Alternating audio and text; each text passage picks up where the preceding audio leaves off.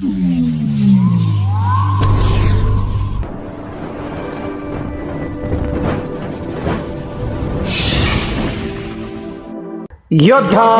News Marathi.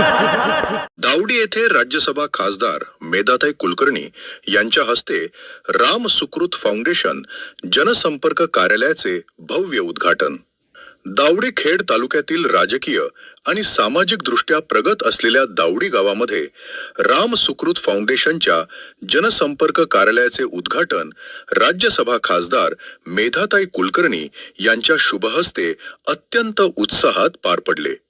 कार्यक्रमाची सुरुवात छत्रपती शिवाजी महाराज यांच्या पुतळ्याला पुष्पहार अर्पण करून करण्यात आली।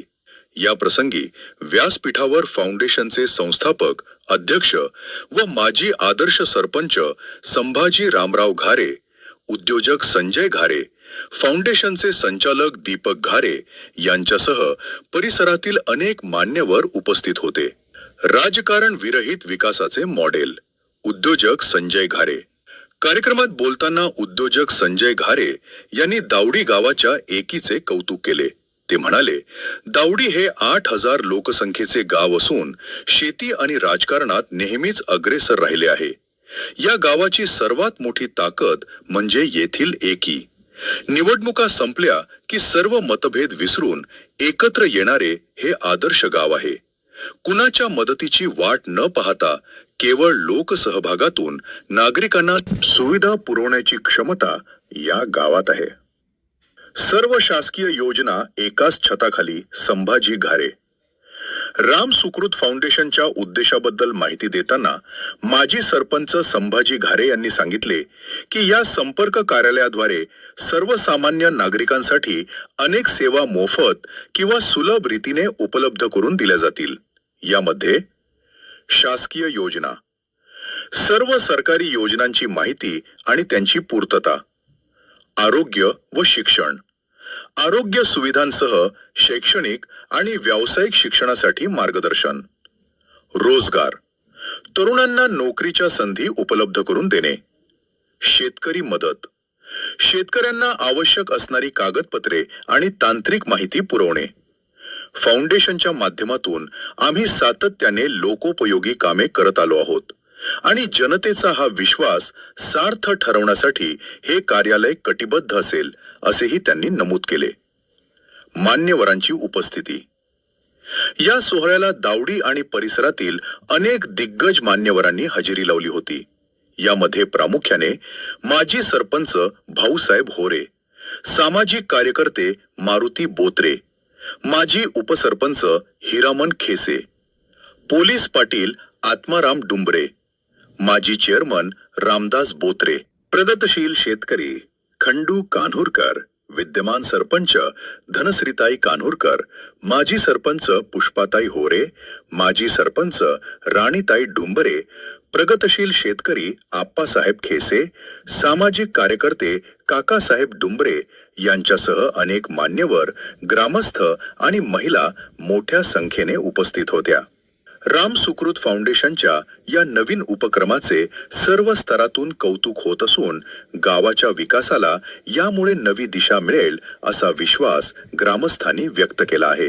या बातमीचा आढावा घेतलाय आमचे योद्धा न्यूज मराठीचे प्रतिनिधी उत्तम खेसे यांनी। विजयभाऊ शिंदे, जिल्हा परिषद सदस्य दीप्तीताई भोगाडे,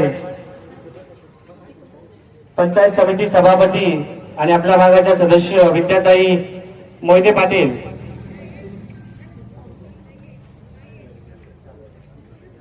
मंगेश भाऊ साबळे सावंत आणि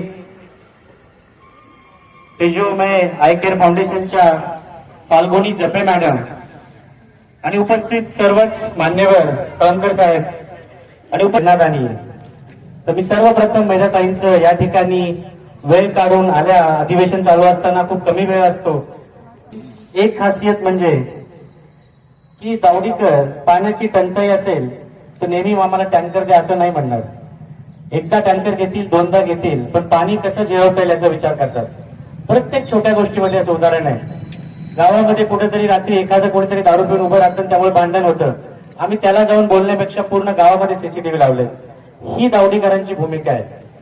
एक मोठं गाव, 8,000 लोकसंख्या असणारं गाव, राजकीय दृष्ट्या अतिशय महत्वाचं गाव, पण या गावाने नेहमीच निवडणूक संपली की राजकारण संपलं, पक्ष आणि याच्या पलीकडे जाऊन प्रत्येक नेत्याच्या, प्रत्येक आमदाराच्या, खासदाराच्या, मंत्र्याच्या मागे लागून आपल्या गावाचं भलं कसं होईल ही एकमेव भावना या दावडेकरांनी नेहमी ठेवलेली आहे.